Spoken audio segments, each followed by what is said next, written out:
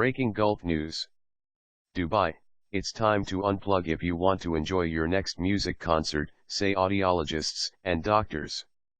Listening to high decibel music for more than 6 hours a day, through personal devices that are plugged into the ear, has resulted in moderate to severe hearing loss among the younger generation in the UAE. More than 25% of the youth are suffering from sudden hearing loss due to exposure to loud music. Mohammed Ayaz, senior audiologist at the new audiology clinic that opened at the University Hospital of Sharjah, said that because the clinic was attached to a university, they received many patients who were students.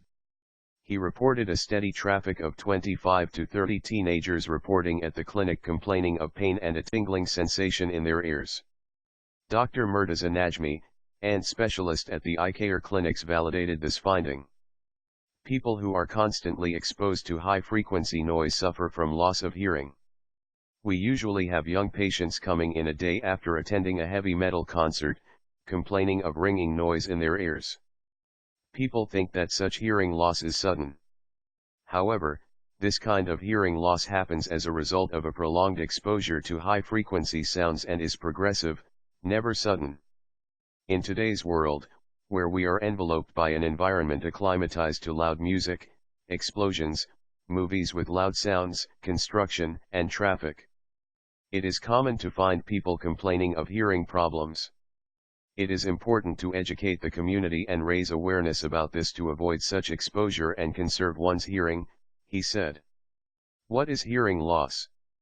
Unlike loss of vision or any other handicap, hearing loss is a hidden impairment, and for those who do not have a congenital condition, it happens gradually over a period of time, explained Ayaz. A lack of awareness is often a major contributor to an individual's neglect of this condition. Hearing loss occurs usually in the geriatric population as they experience age-related deterioration that is sometimes brought about as a side effect of a long history of lifestyle diseases like diabetes. But the recent trend shows that it is now becoming common in the younger population. Today, at least 25% of the youth is susceptible to hearing loss, owing to their listening habits, and there was very little awareness about it, according to Ayaz. He explains that sustained exposure to loud sounds causes physiological damage to the auditory canal and inner ear. The hair cells within the auditory canal get damaged due to prolonged exposure to loud noise, between 90 to 120 decibels a day. The hair cells either die off or are damaged, resulting in moderate to profound hearing loss. The damage can be assessed through simple auditory evaluation, he said.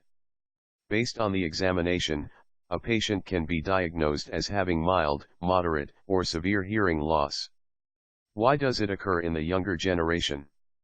The conventional level of sound that the normal ear can tolerate on a daily basis is between 20 to 25 decibels. But the trend these days is for young people to constantly have hearing devices plugged into their ears. They walk around with it, do their homework with the devices plugged in, and work out in a similar fashion. If you are constantly exposed to a sound level between 60 to 80 decibels on a daily basis for 6 to 8 hours, many auditory changes take place in the inner ear. We diagnose it as noise-induced hearing loss (NIHL), which can either be short-term or long-term, said Ayaz. Symptoms can range from mild ear pain to tingling, to loud and constant ringing in the ears (tinnitus), and eventually, a time comes when the individual is unable to hear normal conversation. Treatment. The good news is that early intervention can, in many cases, help mitigate the damage. If the NIHL is short-term or sudden, then there is no need for medical intervention. The patient needs to stop hearing loud music and slowly his sense of hearing gets restored. If the hearing damage is long-term, then we assess whether it ranges from mild to moderate or severe to profound. Then we design a hearing aid tailored to the needs of the patient, and he is advised on its proper usage and given basic training. If a patient does not respond to hearing aids, he is advised to go in for a cochlear implant, said Ayaz. Hearing aids are not usually covered by insurance. The new age hearing aids are not visible to others and can be placed within the auditory canal. They are usually waterproof and require low maintenance that includes a change of case and a change of batteries periodically.